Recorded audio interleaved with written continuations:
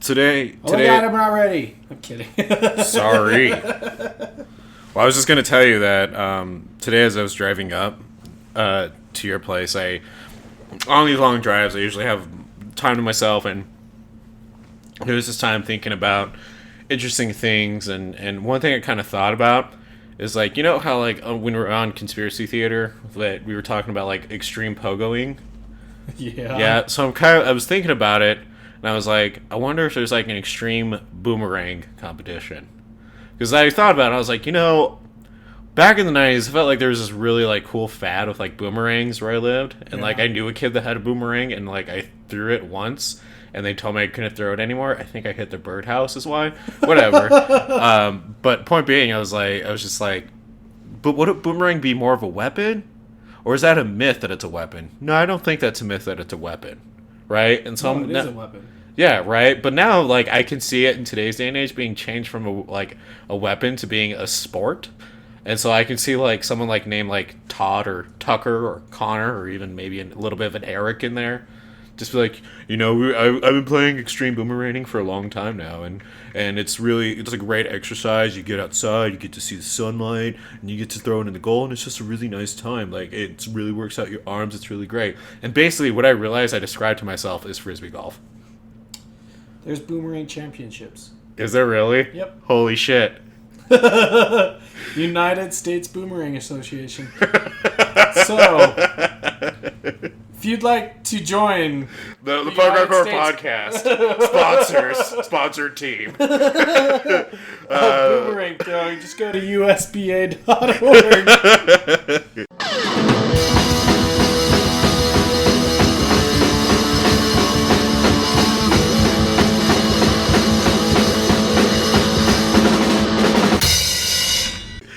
Welcome back to the Punk Rock Horror Podcast. I'm Matt. I'm Cody.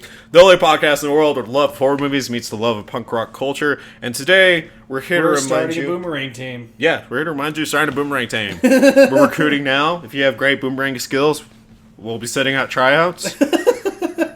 We're going to be called the Throwbacks. What's a good boomerang team? Comebacks, because it always comes back to you. Okay, the comebacks. That's a good one. That's a good one. Let's see. What's another one? Like, I feel like at boomerang competitions, there's someone who tells you the proper way to make a hot dog. Probably. Right? We could be called the Gold Diggers. Is there anyone that's listens to us that knows about, like, boomerang competitions? Can you let us know what that's like? Like, is it exciting to watch? I feel like we should give it a watch and see what it's like. And be like, and Stevenson coming out to the form, plate. as per tradition. Oh, that dismount as it came back. Oh, wait, no, boomerangs. It has to be Australian, so it'd be like... Crikey! Crikey, that was a good throw in there, Crikey. He would have killed that kangaroo. Crikey, you went over a crocodile's puddle. As you can tell, we know very little about Australia. And to all of our Australian listeners... All we know is that everything down there wants to try and kill you. To all of our Australian listeners, if you're still listening to us and putting up with us, we love you. Thank you. We do. I still want to go to Australia. Yeah, we'll go. Let's go hang out with you guys. I watched Boar recently. Boar is a badass Australian movie. Nice. I fucking love the shit out of it. Deadwood. That's a really good Australian flick. Yeah. Post-apocalyptic zombie flick. Yeah, Wax. I think it's called Wax. The one with what's his name? I think we could stop kissing Australia's ass. Dude, I'm just really worried that, like, somebody from Australia is going to be like, that's it, Punk Rock Horror Podcast. And they're like going to come up, and I'm not going to try to do an Australian accent. I'm like, crikey, that's it. Them cunts. And they're like going to drive up, like, in a truck or something, like have a cannon of, like, black mambas to just shoot at us. Yes, we just... Hey, what the fuck is... Snacks! Unleash the dingoes! Like an army of dingoes fly out, and they're like, oh no, hide the babies! Put them away! Shit, we don't have any babies. We have like one. It's not a big deal. Oh my god. So we're here today. And to talk about things that are more family appropriate, believe it or not, we're talking about horror for kids this week. So this is still gonna be an explicit episode, obviously. Fuck. But we decided, since Scary Stories to Tell in the Dark has just come out in theaters everywhere and school's back in session, why don't we talk about horror that is meant for kids? That's actually what I meant what I was like trying to think of earlier. The fact that Guillermo del Toro, Yeah. like at his star, like that was like such a cool sight to see. Like him crying, holding the Mexican flag. Yeah, definitely. Yeah, he was holding the Mexican flag, right? Yeah. Yeah, and just like crying over his star and stuff. It was just how proud he was. I was like, go George. You fuck yeah. That was for you and the horror community. You did it, man. Yeah, you fucking did it. Guillermo del Toro finally fucking getting that. I was like, yes. So since we're talking about things that happen in horror, let's just actually talk about what's happening in horror recently. So starting it off, Cody, you're going to be happy to know this. So now recently, last episode, we talked about how you can buy a full life-size model of the Trick-or-Treat kid. Yeah. I am forgetting his name right now. It's just not coming to me. Yeah. From Spirit Halloween. Well, guess what? You can also get from Spirit Halloween right now for less than $100. An actual model of Chucky the doll. That's awesome. Priced at $89.99, you can get your own life-size Chucky doll for your home. And it's actually not as creepy. Yeah, I'm like looking at the picture right now. I'm like, huh, they kept him as the happy Chucky. Yeah, he's like, before he gets like all fucked up. I mean, that's true to form. Before he gets angry. Yeah. You know, like he's still doing the whole like, hi, I'm Chucky, want to play? Like, face? Before he's like, you stupid bitch, I fucking... I was like, okay, that scene scarred me for life when I was little. Oh yeah, where he's just like, where she's holding him. Where she's holding him. She's like, I'm gonna throw you in the fire. And then he's like, you stupid bitch. I was like, that's an angry toy. I was like, I'm gonna throw all my toys in the... That is, though, like, an iconic scene. Like, I'm not gonna lie, where he's just like, bah! Like, just... Yeah. It's fucking rad. So, yeah, go ahead and as you're getting Halloween decorations, make sure you also get your own Chucky doll.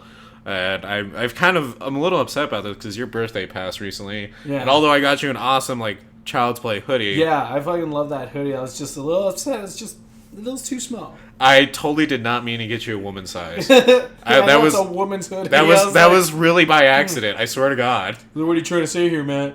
Hey, Queer Eye says that if you can't find something in the men's section, try the women's section. Maybe you'll find something that looks good on you. Yeah, but for me, it's like 10 times bigger. It looks good on you. It looks good on you. Just burn the gift. I don't care. I'm keeping it. No, it's burn my feelings. Point being is that I wish I knew they were coming out with a life-size doll. That I could be like, hey, guess what? I'm Chucky. That's exciting. Now get it out of my house. So with Candyman, the remake coming up, Tony Todd not reprising the role, allegedly. It doesn't really look like he's going to. If you do want to see Tony Todd, though, thanks to a recent press release that we have learned that Tony Todd will star in the upcoming horror anthology called Realm of Shadows. Todd plays a character by the name of Dudley, a longtime Catholic priest dedicated to his profession. Dudley must watch out for his close friend Robbie DeRay, played by Jimmy Drain, who is Jimmy during. Yeah, that's not a kid who's going to get bullied in school. During a test, hey Jimmy Drain. During a testing time in Robbie's life, he also takes on the volatile task of taming Robbie's diabolic alter ego and steer him away from the snares of Satan. Satan. So if you are a fan of Tony Todd and bummed out that he's not going to be in the Candyman remake, then at least you have this. I'm kind of interested in it. I kind of want to see what happens, just because Tony Todd has that very like he's very menacing, like, and very overpowering. He plays the physical embodiment of death in the in Final Destination. And he does it really well too. Yeah, he does. Like it in certain aspects it teeters on like B cliche horror movie. Yeah. But he does it with such a finesse that it like he keeps it from going in that realm. Yeah, I mean the entire time I would see him on screen, like during the Final Destination movies, I'm like, you're going to pull out a hook, aren't you? So I know you're going to do it. I know you're going to do it just like right in the eye. You're the one killing everyone, right? All right, Cody. So I'm gonna give you this one because if anything, I more jumped on the hate bandwagon for it. So Happy Death Day, Helmer. God, I fucking hate that movie. Happy Death Day, Helmer. Christopher Lanson has lined up his next gig at Blumhouse as the filmmaker will write and direct a new horror movie for the studio. Jason Blum of Blumhouse is also on board to produce the secret Blumhouse horror project, with production expected to begin in Atlanta, Georgia, and in October. As of now, plot details are being kept under wraps, but the story will reportedly follow a killer wreaking havoc in a small town. Ooh, that's not overdone. That certainly that certainly sounds like the formula for a slasher movie. There's some speculation. It could be rumored. A rumored reboot of Scream. So if you wanted to see Happy Death Day but with Ghostface, Yeah. fucking here we go. Man, I'm in a weird spot with Blumhouse. So like the guy who runs Blumhouse, I kind of like.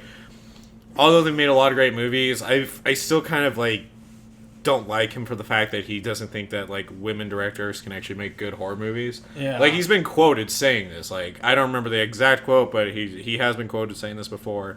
And so I'm just like, now he's bringing this dude on from Happy Death Day, and I'm just like, and like we've vented about Happy Death Day a lot, and I don't think we need to go down that road again. No. But especially after the second one just being trash. Like, yeah, like it flopped hard. Oh, no fucking wonder why. Yeah. Yeah. I was like, you gave away the entire plot. Oh, let's give him Scream. And that kind of upsets me that it's Scream, because like Scream is a victim of itself, because the people that have tried to bring it back to light have just mishandled it in so many ways. Yeah, I mean the TV show is fairly successful. I haven't given it a chance yet. Yeah, but I mean, at the same time, they changed the character too much for me to like it, and well, it's not. I mean, I get it; they have to make it for the modern era, because like the whole he was. Yeah, it was all '90s humor when it came out. '90s meta humor. Yeah, but at the same time, it's kind of like, well, fucking, how about instead of rebooting Scream, do something, I guess, kind of like Scream in a sense, but like a whole new thing instead of like.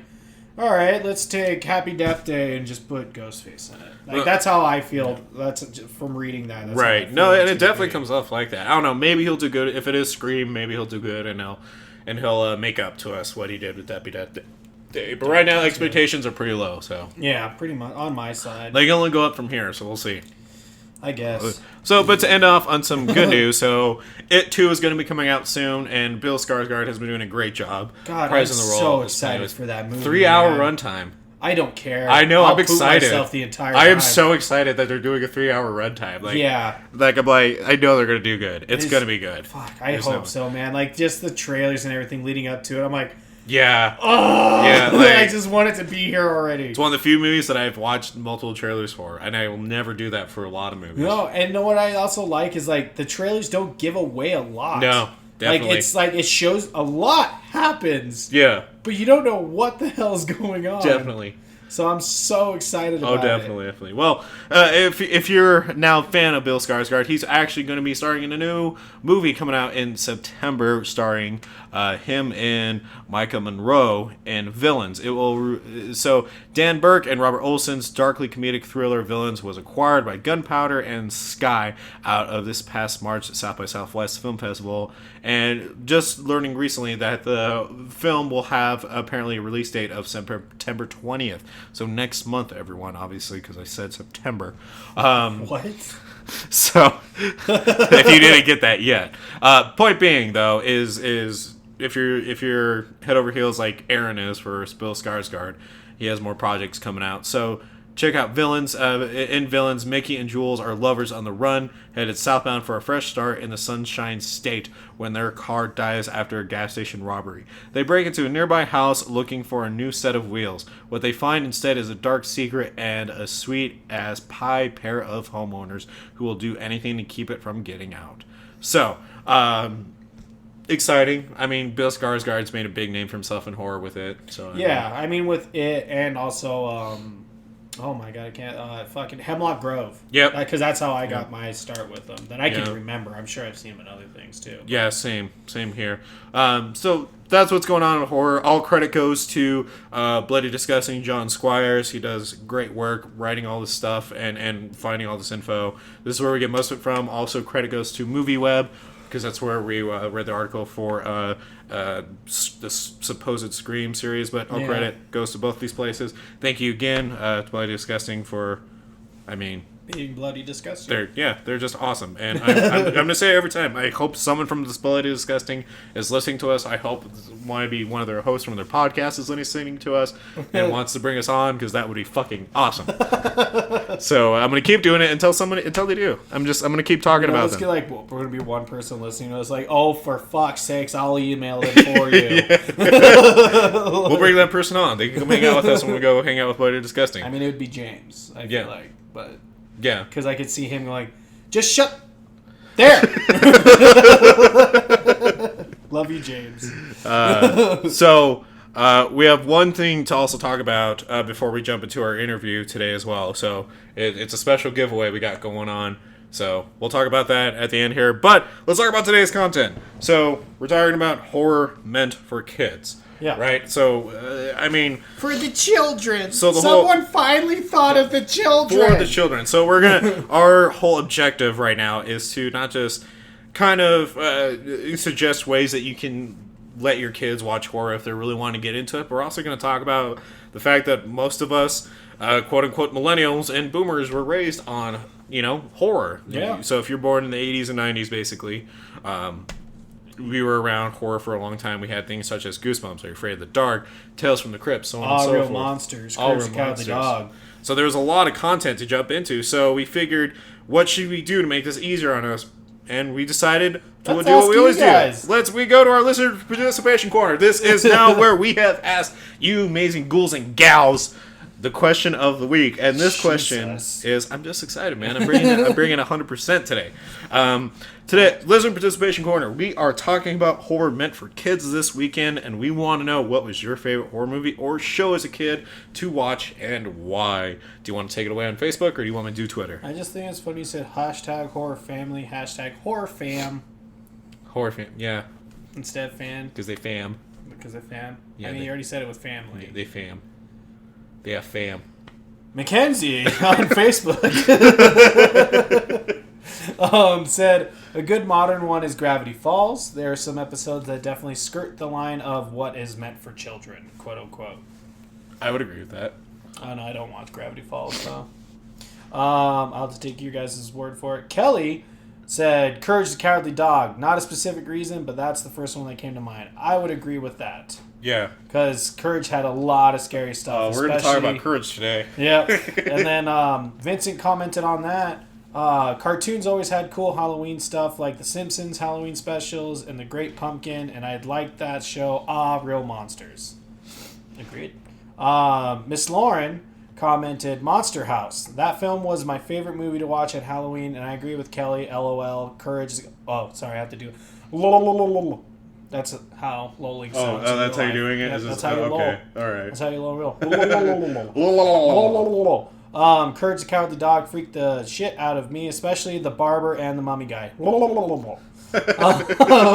Poltergeist, I think that's by Miss Erin McGarry. Poltergeist, I think that's the right amount of horror without all the sex and gore. And Matthew commented on Aaron's message, to this day that movie freaks me out. The second one, oh hell no. Our good friend James, Ernest Scared Stupid, yep. And Are You Afraid of the Dark? Mike, Are You Afraid of the Dark? Goosebumps, Beetlejuice, movie and cartoon. No one ever talks about that cartoon. It was a good cartoon. The Beetlejuice cartoon? Yeah. Yeah. All Real Monsters, Addams Family, comic show and movies. The Munsters, and some Tim Burton films. Only some of them. Casper, the cartoon, etc. Yeah. Audrey said, Gravity Falls. It has fantastic story and plenty of adult jokes hidden throughout, all while poking fun at horror. It's quickly become a favorite in our house. Same with Nightmare Before Christmas. It's a classic for a reason. Matthew, probably way before your time, the movie Saturday the 14th. He was actually right about that one. I'd actually never heard of that. Yeah, I've never heard of that. And I looked it up. It actually looks really rad. Huh. Thanks, Matthew. Now we have a movie to watch. Ooh. And then Faith, I don't know if it counts, but Lavender Town and Pokemon was the scariest thing for me as a kid, especially when you're in the tower fighting the ghost, but all of your Pokemon are too scared to fight the thing. And then, of course, the following story about avenging the dead Marowak. Like, man, that was my jam. Dude, you know what? We'll count it. Yeah, I We'll count it. That was intense. Lavender Town's song. Do do do do do do do do do do. I know that I'm doing the wrong rhythm now. Yeah. Yeah. No, we will count it. Over on our Twitter, though, from William Schupert at Better Brains B. Are you afraid of the dark? Our whole family would watch it on Saturday nights, and it turns out delinquents like me who grew up watching horror are now authors. Weird how that happens. Yeah. Oh, and I'm going to give a little bit of a cred here to Cinemondo Podcast at Cinemondo Pod. Dark Shadows. I'm surprised he's the only one. This person is the only one to say Dark Shadows so far. So credit to you, sir. Or ma'am. From Strange Nocturnal at Strange Horror. Casper, Ghostbusters, Hotel Transylvania, Addams Family, because they are fun and it's not boring like everything else, and added on with A Nightmare Before Christmas, Edward Scissorhands, Batman, and Caroline. The Batman one threw me off at first, but then I stopped to think about it. Like a lot of the episodes with like the Man-Bat or like Scarecrow. Man-Bat, Scarecrow, Killer Croc. Yeah, those are Clayface. Clayface, and even certain Joker episodes yeah, some too. of them. Yeah. Well, I would say more of the Joker movies, like Night of the Phantasm. Well, no, because Mask of the Phantasm. I would use the Christmas episode where the Joker's. Like, oh yeah, that's a good one with the guy. Yeah, yep. Yeah. So from Heck at Anna Keeson. Heck. So this is all in caps, so I have to yell it. So I'm gonna go take a distance away. Okay. All right. This would be the perfect episode for me to guest star on. God damn it. I Love Corpse Bride, Nightmare Before Christmas, Coraline. Ah! You know what's funny? It truly is. Yeah. No. I told her she could call in. And she said bet, and I just like, too late now. From Antoinette Fox at Antoinette Fox Knee. Mr. Boogedy, Midnight Hour, TV movie, and Nightmare Before Christmas. From Mandel of the Dead at Mandel Movie. Are You Afraid of the Dark? Goosebumps for favorite TV shows. Nightmare on Elm Street, Pet Sematary, Child's Play, Poltergeist, and Interview with a Vampire are 4 favorite movies. I'm on a time limit here. I'm trying to get through it. From author New Rowan at Mr. New Nem Rowan. Monster Squad, 1987. From Julia Morgan at Morgan Scorpion. Ace of Wands. It was scary, but not too scary. From Tristan Drew Rogers at Rogers Drew. Are You Afraid of the Dark comes to mind, but my vote would be that first Ghostbumps movie about the mask. It messed me up so good. From Mystic Digi at Digi_just. Courage the Cowardly Dog and Grim Adventures for sure. They both had some pretty dark stuff going on at times. And from Michael Kobe at My Neighbor Mike, or Mick 1. Poltergeist. Did it. Did it. So, great selection. So, thank you to all of our listeners and ghouls and gals who have decided to comment and participate in this listener participation corner. If we didn't get to your comment, please understand it's because we're on a time strain for today because we have a big interview following after this. Yeah, so, and that was a fun interview. It really was. So next time, if we didn't get to you, we will get to you next time. We apologize. But thank you again for commenting. We're going to keep these conversations going on all of our platforms as much as possible. We also have this going on our Instagram, Punk Rock Horror Podcast Official, and our Twitter, @OfficialPRHP, and obviously our Facebook, Punk Rock Horror Podcast. Now, Cody, yes. I want to know, what was your favorite horror movie or TV show as a kid, and why did you love it? So, okay, you know what's really funny is that I was just saying about how everyone was talking about, like, Are You Afraid of the Dark? Mm-hmm. And I was like, I remember watching a couple of those shows, but the one that, like, I can't remember any episodes, but I remember watching a lot of was Erie, Indiana. Really? The Other Dimension. It came out in 1998, and I was like, because I just remember the beginning of that show where it was, like, showing the lake, and it was just super creepy and everything. In the beginning, I was like, how come no one ever talks about Erie? But for me, show-wise, it was actually the Goosebumps. Yeah. It was like one of my biggest introductions into horror when I was a kid. Oh my god, I know what you're talking about with Yeah. Erie, Indiana. I know what you're talking about. Yeah. This was, like, really swept on the rug. Yeah, because they had 2 different ones. It was there was one that came out in 1991 just called Erie, Indiana, Yeah. And then they had Erie, Indiana, The Other Dimension in 1998. Well, and they also had like a few notable actors in there. Like one that people might throw him off is not only just Jason Marsden, but Tobey Maguire. Yeah. Was in that. Yeah. Or he was in the 1998 one. That's how I remember Tobey Maguire. Wow. I was like, the first time I saw him in Get the heck out of here. Oh, he was a big. I can't believe I'm drawing a goddamn blank on one of his big movies. Fucking hell, I hate myself right now. Oh well, it doesn't matter. Yeah, anyways, but yeah, no, that's how I remembered him. I was just like, oh yeah, fuck it, Spider-Man. Jesus Christ. Was it really Spider-Man? Yeah, Tobey Maguire. No, I know that. I thought you were gonna like go for like one that was like more of his underrated movie. I just remember when I first was seeing the trailers for Spider-Man, I was like, that's the kid from Erie, Indiana. You're like, yeah. But there's that. But Goosebumps, and specifically. One of the movies they did, it was the one with the zombie town, where when they got bit by the zombie or the vampires, they were called ghouls. Yeah. The person would go black and white except for their eyes; it'd be red. Yeah. And that's how you could tell they were, a zombie. Yeah. I used to watch that movie all the time, and the ending always fucked me up because I had a golden retriever when I was a kid. Oh yeah. When I was a baby, we were born literally weeks apart. Yeah. And I just remember my dog Elsie, she was a golden lab. Right. And in the movie, the golden lab turns into a zombie at the very end. Yeah. And that used to mess me up all the time. But for the most part, with Goosebumps, All Real Monsters, I watched a lot all the time. But for me, it was actually the books. Yeah. Scary books. Specifically, Scary Stories to Tell in the Dark.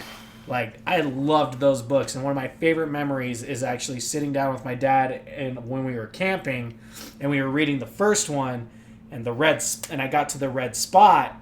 And that story fucked me up so bad. Because, I read about it. And, I'm fairly certain that's when my fear of spiders started. Because, right when it described exactly what happened in the book, I'm not going to spoil it. You should go read it. I was just like, nope. I threw the book, and I was like, Dad, we're going to bed. And I was like, I'm done. Nope. And I, curled up in a ball. My dad was laughing at me the entire time. Yeah. After we read that, because I got so upset about what happens in the story. I was like, no, fuck this. I'm done. No, fuck this shit. I'm so mad. Then I went back to it the next day and kept reading. I got so mad as a kid. But no! Yeah. What about things to come. Man, it was always a close tie between Tales from the Crypt, Goosebumps, and Are You Afraid of the Dark for me. Mm-hmm. But if I had to really, really be honest and choose which one I watched the most, it would definitely be Goosebumps. Mm-hmm. Because that was the show I turned on every day I came home from school. Yeah. I would always watch reruns of Goosebumps over and over. And whether it's The Creature from the Bayou, where it's the kids living with their grandparents, staying for the grandparents on vacation, and they kill the creature with the grandma's gumbo because it's super spicy. Yeah. And they can't take it, so it's just vomits up its own intestines or whatever. They or The Mask or The Creature from the Library. The Mask was a good one. Yeah, The Mask was really good. That one fucked me up pretty hardcore, and I had to keep watching it over and over until I got to stop being scared of it. Yeah, just because it was mostly the claustrophobic feeling of that mask being on and never being able to take it off. Yeah, just all that. It's sweaty. It's probably rashing, hurting your skin, and just glue. Kind of feels like glue. Yeah. That really bums me out. Or Don't Go Into the Basement or Worms. Worms fucked me up too because I was actually paranoid to eat spaghetti for a hot minute. Yeah. Because I don't know if you remember that episode. But there is a point where worms appear in his spaghetti as he's eating it. Yeah, I remember that. And dude, not gonna lie, that fucked me up too because I remember not eating spaghetti for a long time. My mom would get so mad. Yeah, because she had, we had our meals of the day. She's so no, every I'm not day eating was a certain day. I was like, no, Mom, I want a cheese sandwich. And she was like, you love spaghetti. I was like, that's worms. I was like, you don't know the shit I've seen. Yeah. But no, dude, and oh my god, Monster's Blood. That was a good one. Yeah. But Slappy. Oh my god, dude, Slappy. I loved every episode with Slappy in it, especially the one where he gets taken down by the family of puppets. Yeah. When they come to life and stuff, they're like, "You tricked us, Slappy," and he's like, "Just shut the up. Yeah. Like, he was such a cool character because he did not give It was shit. palpable Chucky for kids. Yeah, basically, that's exactly how it was. And then probably my favorite one was the family that went on the vacation to, I think it was like Monster, what was it called? It was like Monsterville. Oh, yeah. And they were like on a talk show with the monsters, and they ended up like crashing their car. Like, it was actually one of the most like terrifying ones, just because it was just like, what if a family vacation went wrong in the worst way possible? Yeah. And I think that is a good segue into talking about this type of horror, because I think one thing about 80s and 90s horror is that it did a great job at being over the top with scaring us in every single way. So, like, Courage is a great example of that. Courage the Cowardly Dog. Especially the Cats episode. Yes, Cats, the Slab. The Slab. Return the slab, or suffer my curse. What are you offering? We don't want that! It's just like, what are you offering? Return the slab. Or suffer my curse. But there was a lot of like fucked up episodes in that. I mean, and what was so beautiful about that show is that it taught a good lesson in human emotion and human nature, in general. But if you can get past it, I mean, another one that was just so terrifying and gross was, if not the big foot, the mobster foot. Yeah, the fucking foot. Jesus.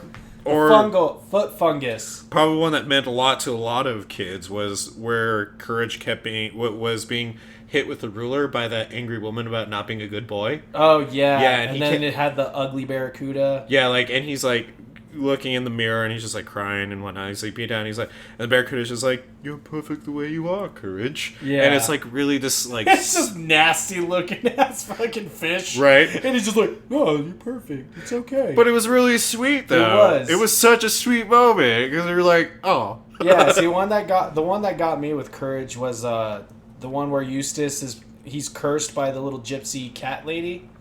Because he's just so bitter and mean to everyone. Yeah. She's like, you'll lift the curse once you become nice. You realize you need to be nicer. Yeah. And it's at the very end when he sees Courage holding the mirror that Courage broke over his head. Yeah. But Eustace sees a smaller version of himself. Yeah, and he's like crying, holding a lollipop. Yeah, and the kid was just like, baby Eustace was like, well, my head hurts from the sun because I don't have anything to wear. I have no hair. Yeah. And Eustace was like, oh, a kid needs a hat. Yeah. I was just like, oh. It's like, Eustace does have a heart.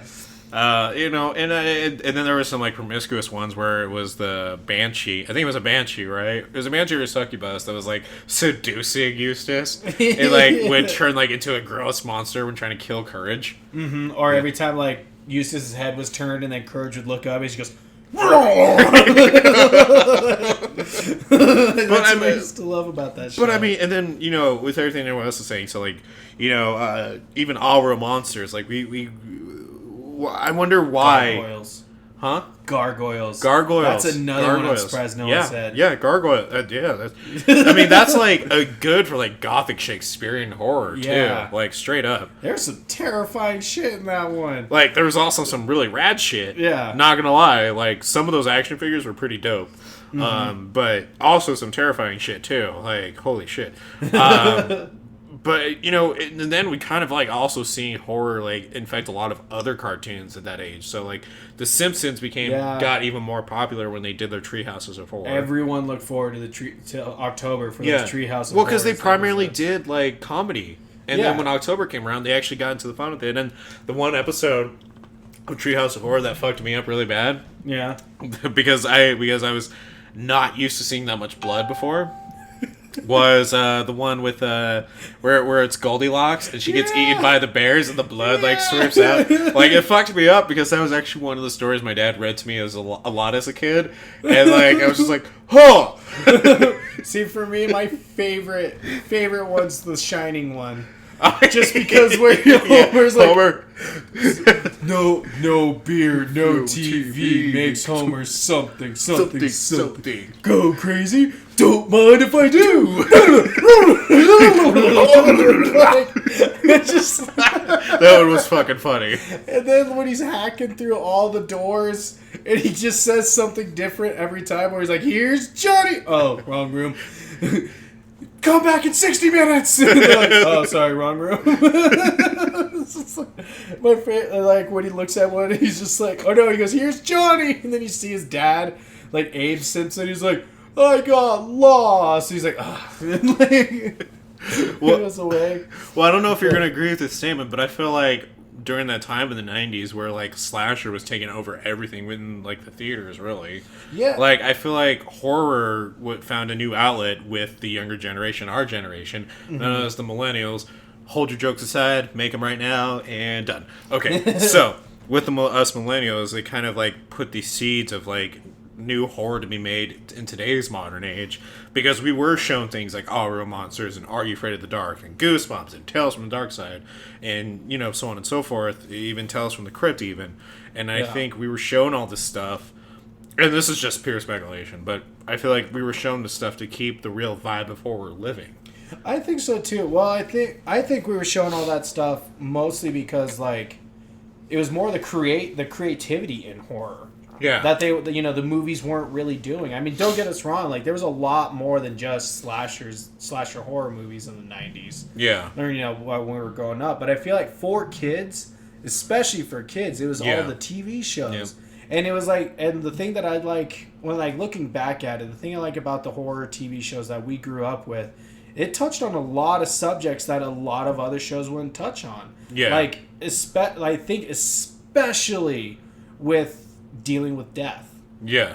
Because like, you never really saw anybody die in those TV shows. Yeah. But you would see loss and it would kind of taught us how to grieve. Right. In a sense, like it kind of is like, it's okay to grieve. You lost someone, even if it was in this fanatical manner. Like, well, even, the girl getting sucked into the, like you'll hear in the interview, but like the one we talked about, the girl being sucked into the painting and stuff, Yeah. And it's just like thinking about that, I'm thinking about like when I was a kid, I was just thinking like, those people cease to exist and you felt for them. Like, you're like, no, because it's usually the protagonist. Yeah. The ones that you felt with. And that was cool to me. Yeah. Like learning about those kind of things. And then with shows like even Grim Adventures of Billy and Mandy, it touched on like, it exposed us to an alternative humor.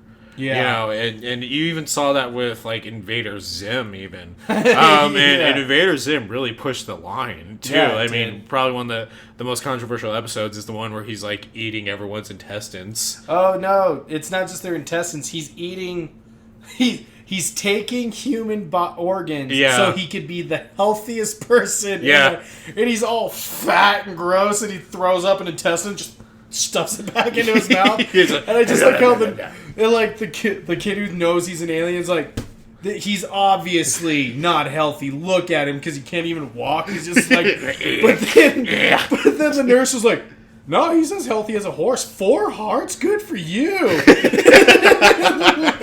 like the kid's just like, what the fuck are you doing? And Sid's just like, derp, derp, derp. But yeah, like, give me my Sunday. Give me my butter. But like thinking about that, like that's terrifying. There was an alien literally eating organs. Yeah. But it was told in such a lighthearted way. And I think like there was a blurred line too between the Saturday cartoons because like, I mean, let's talk about Street Sharks. Like, concept sounds cool, but if we think about it, like actual like humanoid sharks running around fighting crime, that like literally drive through the road, under the road, breaking it with the fins out. That would fucking freak people out, man. Like, that would not be a good time. Could you imagine literal king shark just going, "What's up, dude? Want to go for a ride?" Oh my god, kill it! Kill it with fire! Yeah. That would be terrifying. I know, right? Like, but like, there was this like weird blurred line between like what is terrifying and what kids enjoy, because like we were in that generation of kids that loved seeing things kind of die and gross monsters and weird shit like that. Yeah. I mean, a good show that kind of capitalized on that, and mostly because I'm rewatching the seasons right now, is Malcolm in the Middle, because like in that show they kind of like there's an episode where like Reese wants to watch Chucky. but he has to put Dewey to sleep. Yeah. But, like, he really wants to watch it, Back in the day, back in, like, I don't know if, like, I can't really speak on the 70s or 80s, what parenting was like back then, but in the 90s, that's how it was. We were all trying to, like, sneak away to watch the scary things that we're told not to watch. I mean, I kept trying to sneak peeks of Starship Troopers when my sister told me not to watch it. Yeah. Well, it was funny for me, like, my dad, he let me watch all the horror movies I wanted as long as there wasn't any nudity. Which is funny, because there was a lot of nudity back in the 90s horror movies. And it was just really fun. So, like, my dad would have to watch it first, and so he'd always know, we're like, okay, now close your eyes. Yeah, actually, I think you told me about this. Yeah, because then I told you about when I watched Python. Yeah. Where it's a big python, and, like, in the beginning it has the chick with the big boobs. My dad's like, this is porn. I'm like, no, like, there's tits in every horror movie. Like, that was going to help my argument. Yeah. Like, it's cool. Yeah, there's always titties. It's normal. Dad, stop making it weird. Boobs are... every woman has boobies. It's just part of nature, man. Yeah. Don't be shaming on the boobies. Shaming on the boobies. Yeah. So, I mean, this is a huge topic, and I'm glad we keep coming up with these topics. I'm glad we keep getting these suggested to us, too. Well, what's also nice is, like, because like, we got to wrap it up so you guys can listen to the awesome interview.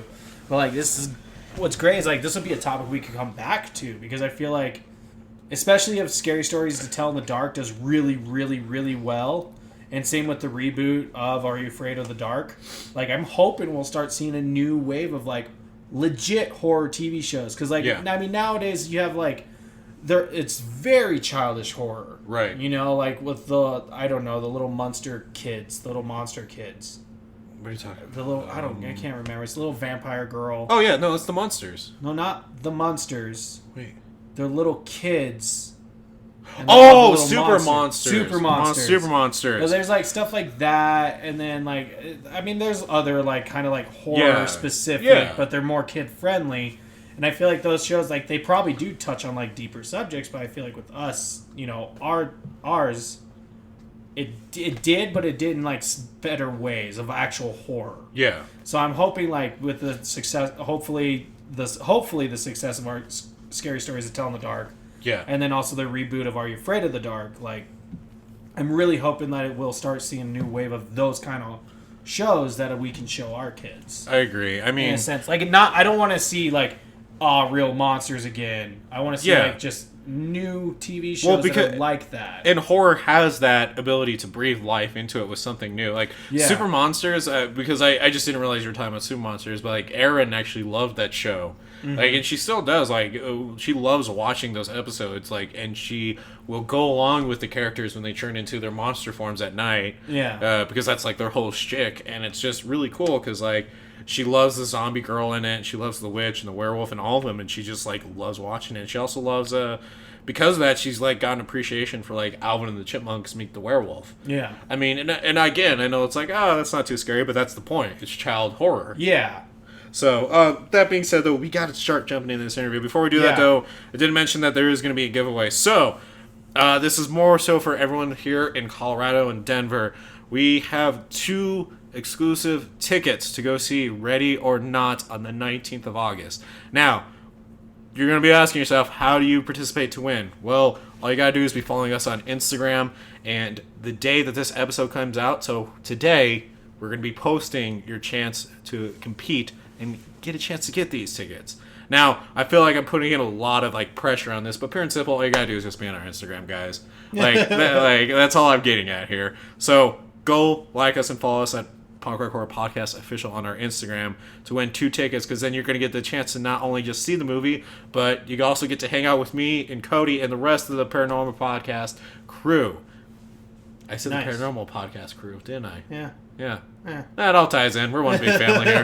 Basically, what I'm saying is me, Cody, Lala from the Punk Rock Half Hour Power, and our own Aaron McGarry from the Paranormal Princess Podcast will be there, and you'll be able to hang out with us. So if you want a chance to win 2 tickets to see Ready or Not, make sure you're subscribed to us and following us on Instagram. That was my long-winded way of doing it. Nice. So, but with that being said, if you want to follow us everywhere else and keep up with our listener participation corners, please like us and follow us on Facebook, Punk Rock Horror Podcast there, and on our Twitter at official PRHP, and on Instagram, Punk Rock Horror Podcast. If you have band info, no official. No It's official. just Punk Rock Horror Podcast. You said official. Did I? Yeah. Oh, I guess I was getting So, the Twitter one confused. My Punk bad. Rock Horror Podcast on Instagram Thank for you. the contest also. Fuck me, my bad. Yes. Hashtag PRHP Podcast. Yep. Right on there. Sorry, guys. I fucked that up pretty hardcore. But we'll get you those tickets. Yeah. So, definitely check out our merch on Teespring / Punk Rock Horror Podcast. And if you can overlook me stumbling over my own words, please consider supporting us on Patreon. And take solace in knowing that you are supporting some indie creators. We do have a live show coming up in October up here in Fort Collins, Colorado at Gorehound's Playground. There's going to be details coming about that, but make sure you keep your calendars open because it's going to be a night that you don't want to miss. We're going to be recording the show live, and we're going to be watching some hand-picked horror movies that you ghouls and gals will not be sorry that you actually got to watch. Yeah. So, with that being said, I think that's it, man. Yeah. Enjoy the interview. All right. Bye.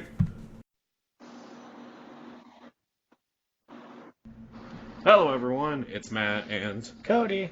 we are joined with the one and only Peter from Rat with the Bat. How's it going, Peter? It's going great, guys. I'm excited to be here. Awesome. So excited to have you. One quick thing I'm going to add in, Rat with the Bat, I'm a funny thing, even though it's not a band, I totally introed it like it was a band. Like, we both believe Rat with the Bat is a punk band, right?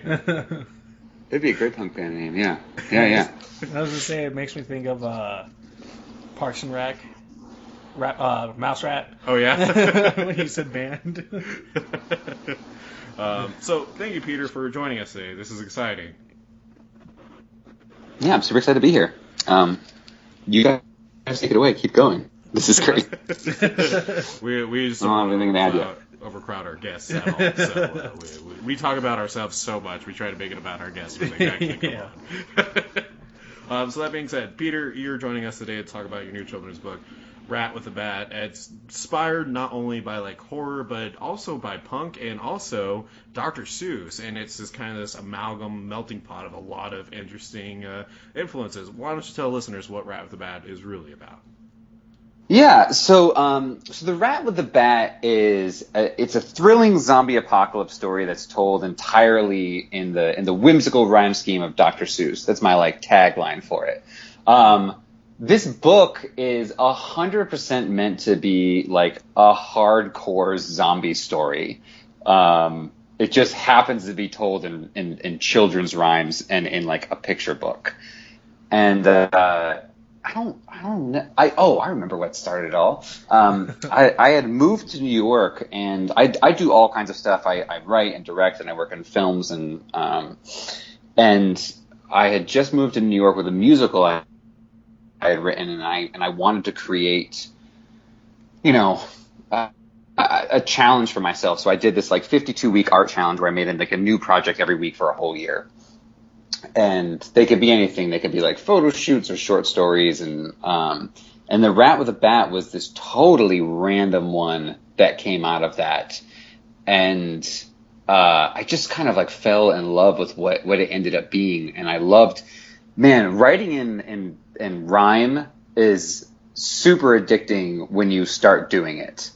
It's a huge pain in the ass to get started, but like, there was one day I was writing like promo material for the book, and I did like 6 or 7 hours of just like straight like writing in verse. And then I went and grabbed drinks with a friend I hadn't seen in a while, and I like couldn't stop. It was super annoying for the both of us. Just keep speaking and rhyme to him, and he's just like, "Oh my god!" Well, because you end a sentence, you're like, "I know another sentence that rhymes with this," and like you can't help yourself. But another reason that I wrote the book was, I loved children. I loved the horror books that I grew up with as a kid. I was super into Goosebumps. I loved Scary Stories to Tell in the Dark. I loved the Are You Afraid in the Dark show, which I think is Scary Story to Tell in the Dark is the movie that's coming out now, which is super, super excited about. It's a good movie. We actually just went and saw it. Yep. You did? Yeah, it's really good. I'm so glad it's good. We can't give too much away because it's Cody's movie for this Friday's episode. Yeah, because I grew up reading Scary Stories to Tell in the Dark also. Yeah. There is this really fascinating thing about, like, scary stories are the things that we tell our friends first.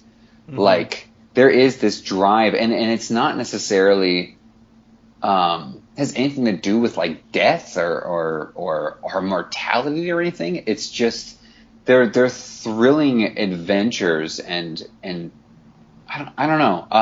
Those are the books and stories that I remember growing up, and we don't have as much of that anymore.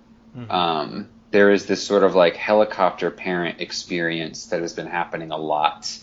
And I used to work for a summer camp, so I've worked with kids throughout all the ages. And, you know, an interesting thing, like Disney always makes a point to put one scary scene in every single one of their movies. Oh, yeah. Yeah.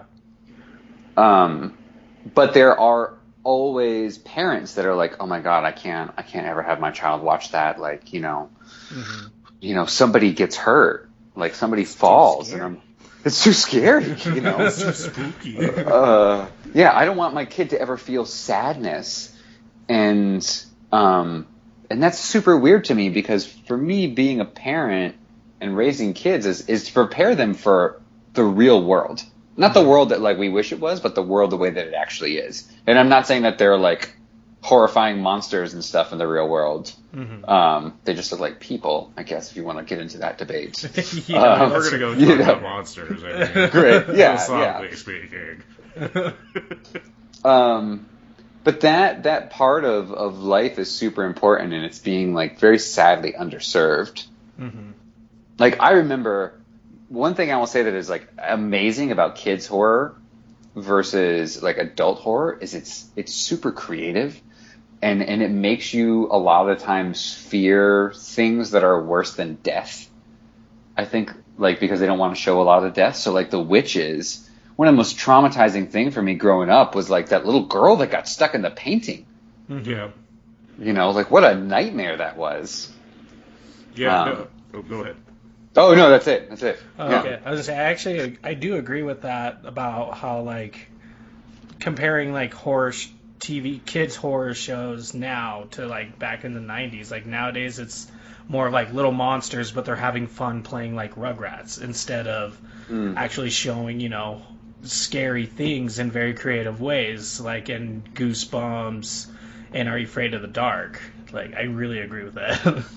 Yeah, I would also add on to how you were talking about with Disney, that I think back in 80s and 90s, when it came to horror directed at kids, there was this kind of fantastical spin on all types of, like, things that were scary. So I guess I'll go with the example of, like, The Dark Crystal, right?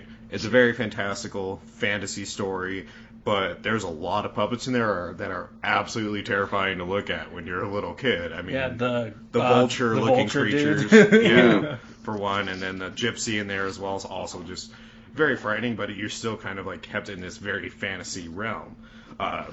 So I guess the reason I'm making that statement is coming back to your book, you definitely, I'm just looking at some of the artwork, is very touched on Dr. Seuss. I mean, we're looking at your Kickstarter again, and it's just, some of the artwork just has what we would see from, like, people from the Who Village, you know, and they're just zombified, and it's so cool. Yeah, it is.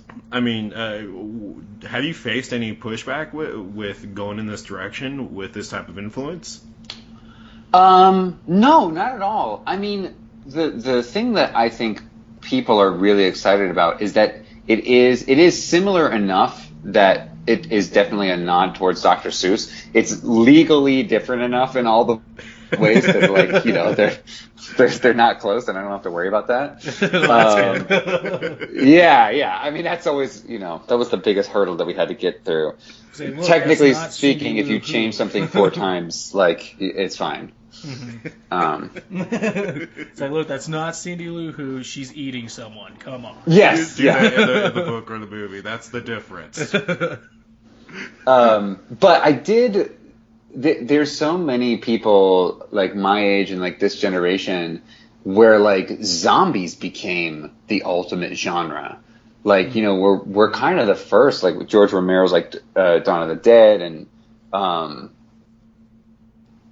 zombies have only like recently become popular in the past few decades, and they've changed so much. Like zombies used to just be like it's a bunch of dead bodies coming out of a graveyard, and now we have the sort of like viral zombie, and then that story keeps changing and evolving. But the most fascinating thing about the zombie genre, which is kind of like why I went towards Dr. Seuss as a medium, it has everything to do with like people being the more terrifying thing.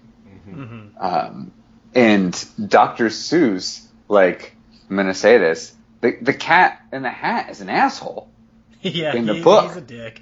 He's a horrible person.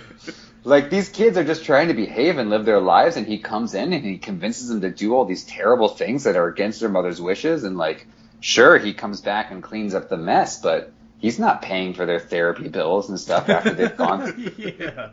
He just comes back and goes, "Oh, I'm sorry." Right. Lesson learned. And the cool thing about Dr. Seuss is Dr. Seuss has some really fascinating dark characters.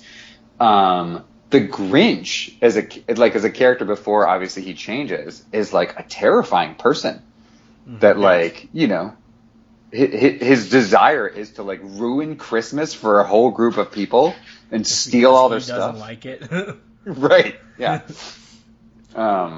Well, and I think another reason why we really wanted to get you on this podcast and talk about your book is what you already said, that Dr. Seuss did a really good job at showing that people were kind of the monsters in his stories in a more fantastical setting. I mean, like the Lorax. Yeah, I was actually going to bring up the Lorax. Lorax is probably a perfect example of deforestation, right? And it's actually a very dark story if you really look at it.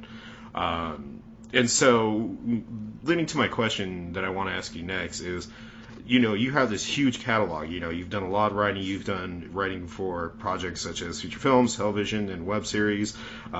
You have written for the audio drama The Veil and Toy Stories and a lot of others. Has this always been the direction you want to go to with writing horror? And has horror just been a huge interest in you in general? I think horror has just always been a huge influence. I really love writing in genres. I think it's, as a writer, it's far more creative to have somebody give you a box and a world to play in, as opposed to just sort of like free writing out into existence. I used to do this show called Pitch It, and basically every month we would do a new genre, and it was both like a sketch show and an improv show, but we would spend the entire month in that genre, exploring all the sort of tropes and that's how I knew the zombie genre so well, is because we did a zombie apocalypse comedy show. And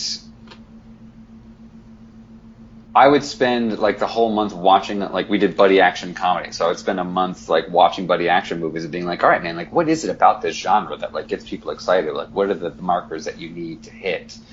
And horror is such a, like, I don't want to just say that it's revealing, but there is so much about who we are as human beings that a lot of people want to avoid. There is a darker side, a sort of sadistic side of life that, like, a lot of us want to go, oh man, that's really too ugly to look at. But we do need to process it in some way. There's that great, like, German word, like, Schadenfreude, of like, having joy from other people's misery. That's a real thing that happens. And if you never got to express that, you wouldn't, I think it would come out in even uglier ways. Yeah, I think the horror is a fascinating therapy that I think that we need. Yeah, I would actually 100% agree with that, because I feel like, when I was little, watching all these horror movies and shows like Goosebumps, Are You Afraid of the Dark? Like, I got a lot more out of those shows with emotional processing than I did out of Rugrats and Teenage Mutant Ninja Turtles, because the horror shows touched on so many different emotions, like fear, sadness, how to cope, instead of just like, wee. Yeah.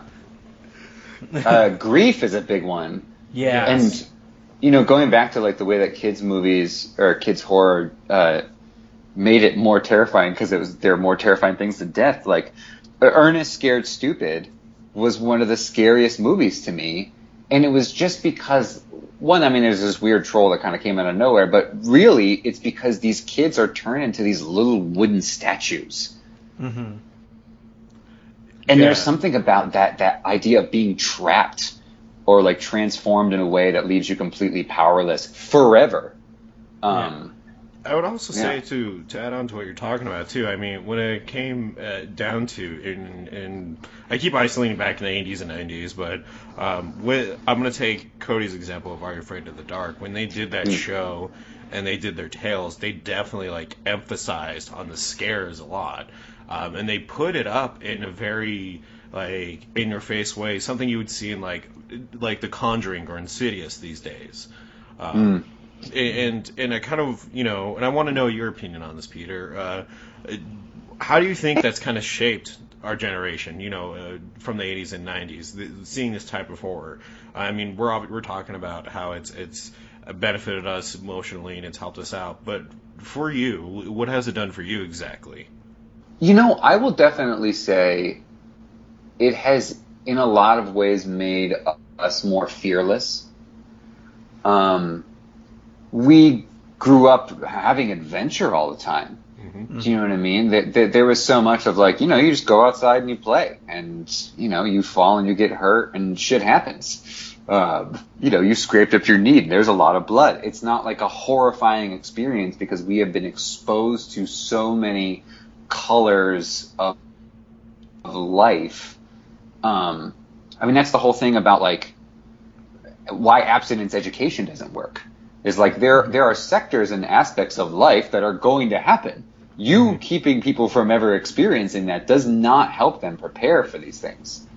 Mm-hmm. Now, like again, with the horror genre, like if you're going into the sort of monster realm, like no, we're probably not going to run into like the Babadook, and like we need to figure out how to survive that experience. But if we did, I bet you we would have a better tool set, if these things did start happening. Yeah, baseball bat all the time. I mean, if it's the Babadook, all we have to do is just kind of like scream at it and bury it, kind of like a bear, be bigger than it and scream at it, and apparently that seems to work. Well, there's also, man, I saw there's the Dead Silence movie. That's such a good movie. Yeah, great thriller of a piece, but if somebody dropped off a ventriloquist dummy in my house, that shit is going in the fire immediately. Oh, yeah, instantly. But that's also what we learned from the horror genre. Yep. It's like, I don't think that those kids have watched it. Like, all the people that keep getting in trouble in horror movies, I don't think they've seen horror movies. Yeah. Oh, my God. So one of my biggest complaints about, the zombie movie genre is, like, every time I'm watching, I'm always like, has anybody ever watched a zombie movie? Like, in this movie, do they not exist, or what? Yeah. My biggest gripe against paranormal movies have always been the randomly left box in the house. And they decide to open it, and I'm like, why? Yeah. Why is this a thing? Why do everybody... It's obviously... It's not like a cardboard box. It's an ominous-looking box. It's like a treasure chest, and like, I don't remember buying this. Let's see what's inside. And like usually the family is like downstruck financially, right? And they're instead of like turning the box for like whatever wealth they could get, they're like, oh, let's open it. So, yeah, and those paranormal movies, it's like you should move, just leave. Yeah. It's like, no, I'm good. Nope, first night, that was it. We're done.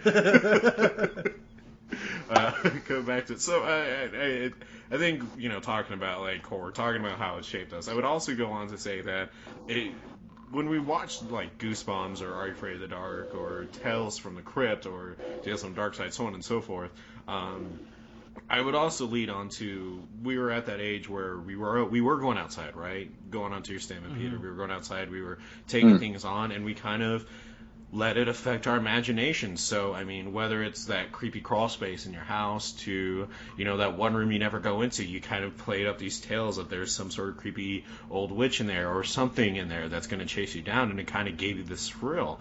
I mean, we definitely missed, or I would say today's generation definitely has missed that peak of what that was like to grow up with that type of horror, and seeing things like Rat with the Bat and come out, and a little, small movies like Monsters House, trying to capture this fear. Where do you think horror for kids is in the future? Do you think that there's still this marble that can be brought back and shaped for kids today?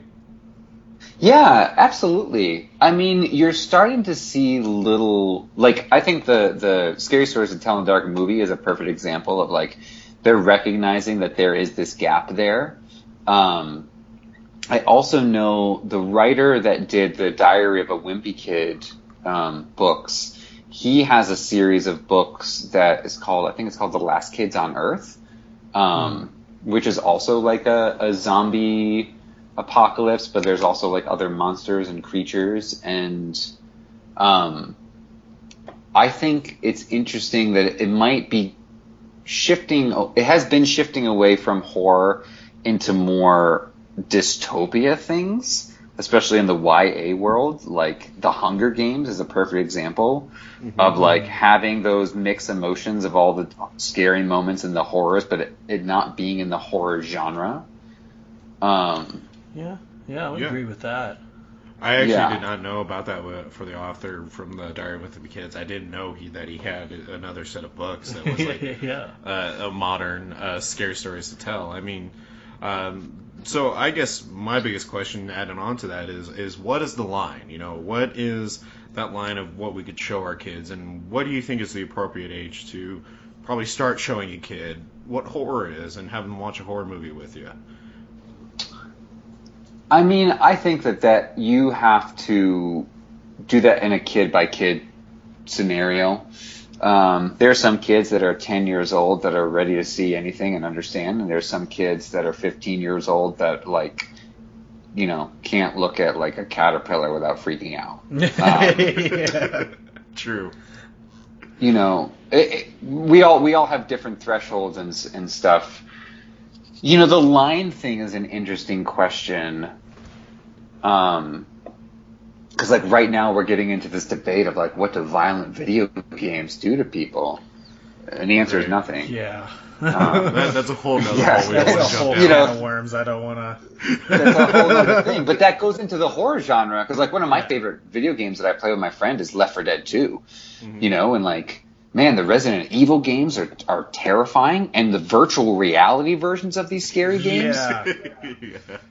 Dude, it's like I have a high tolerance, but I played Doom on the PlayStation VR and like scared the shit out of myself. Like, you're being hunted and they're all around you and they're jumping and they're gnawing at your face and you're trying to shoot like down right at you as they're eating you. Like it's intense.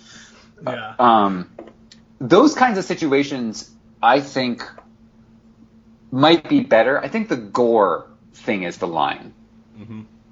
Gore in a lot of cases is unnecessary, but as an adult is super powerful. Like the first two Saw movies I thought were fantastic, and then it started going into this really sort of like gore porn place of like how much can you stay here and look at this? And I'm like, oh my god, I don't need that. I'm feeling personally attacked right now. I was gonna say that's when Matt's really got into the Saw series. Oh really? Listen, the third one he's a gore was hound. like such an experience. I love my splatter films. I loved the third one. Like I actually really really liked the third one. Yeah. I mean, I totally agree with your statement, though. Like, all substance has been lost with each, like, continuation. Like, I agree. I just know what I like. Sure, that's great. Listen, I like the first two because I, as a writer, love psychological thrillers. Right. Aspect of like the horror thriller genre. Yeah. The first two were so smart, and you never saw that twist coming. Yeah. And then when I watched the second one, when I watched the second one, I was listening to everything Jigsaw said, and I knew that everything that he said was a part of the puzzle, and I still couldn't figure it out. And I was like, hot damn, That's exactly how I He's felt good. the first time I watched it, and I was like, "What?" Like at the end. Yeah. Well, that's something that ends up being rare in the horror world, and those become the most effective, where I think it's more terrifying to step into a situation where the characters do everything they possibly can and are so smart and then still lose. Yes. Yeah. And that's... Go ahead. Yeah, I mean, that's just like most of the time it's like, oh, they died because, God, did they do stupid things? You know, I guess they deserved it, I guess. Yeah. Well, going off of what you said with Gore being the lion, and also like way back at the beginning of the interview when you said, you know, most of the old kid horror shows and stuff where like you say Gore's kind of the lion, and then going back to what you said, like most of the time they're facing an option where it's like it's a fate worse than death. And I think just adding on to that, like it made me really think about it, like going back to thinking about Goosebumps and Are You Afraid of the Dark? Like they did, and I feel like with the way, since they weren't using gore, and the kid and like, you know, the people would always end up with a fate, like, you know, getting stuck in the painting, being turned to stone. I feel like it's a way of like kind of teaching kids about death without being like, you know, they're dead. And it's a way of like helping them cope with the grief of losing someone without saying, yeah, they're dead. It's more of like, it's okay. Like you can cope and grieve because this person's gone. You know what I mean? Yeah, I mean, I definitely there's more imagination to it. Yeah. Like, and it affects you in a different way. I think and maybe this is what happens with adults.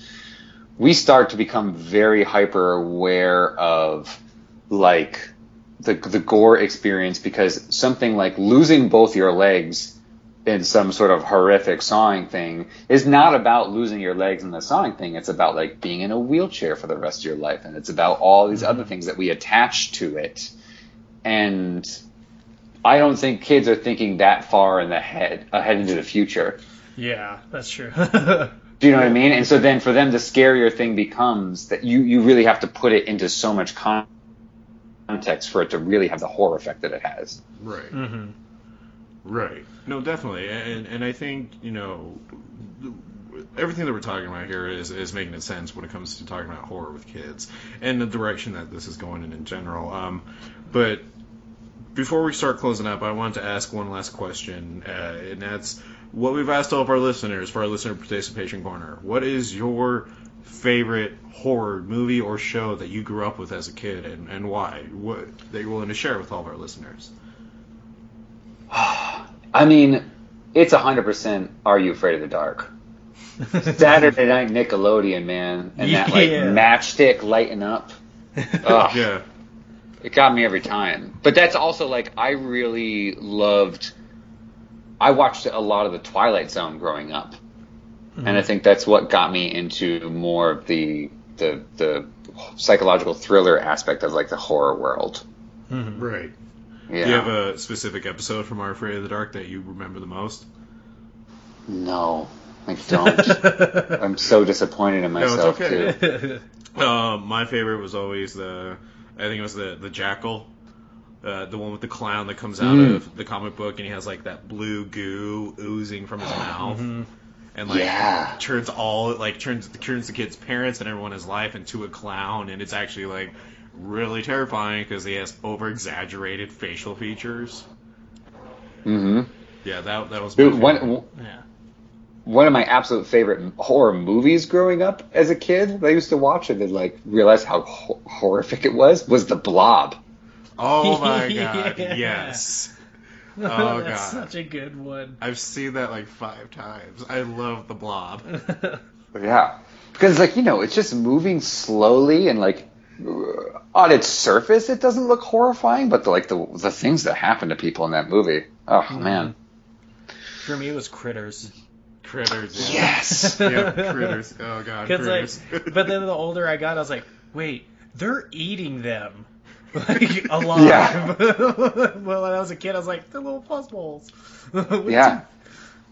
Gremlins, the first one. Oh yeah. I love the Gremlins. I don't know if they still are, but I know they were talking about doing a Gremlins reboot. That's possibly not happening, but the reboot of Are You Afraid in the Dark is. Yeah. Oh, wow. I know that one is. I'm really excited. I'm about hoping that one's good. I'm really nervous about that one. I love they decided to take Gremlins 2 and go full on into the comedy aspect of it. Yeah, with Hulk Hogan just ripping his shirt. Yeah. There is this great Key and Peele sketch that is the boardroom of everybody talking about them coming up with the idea for Gremlins 2. I can't recommend it enough.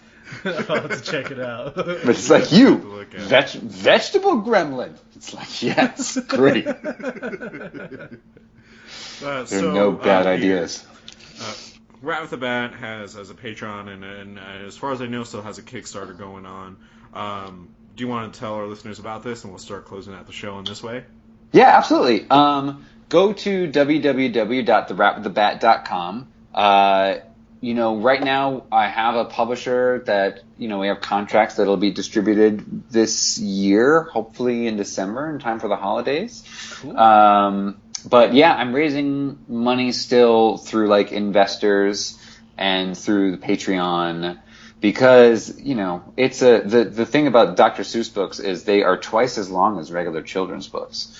So this one will be 56 full color pages in like a hardcover book.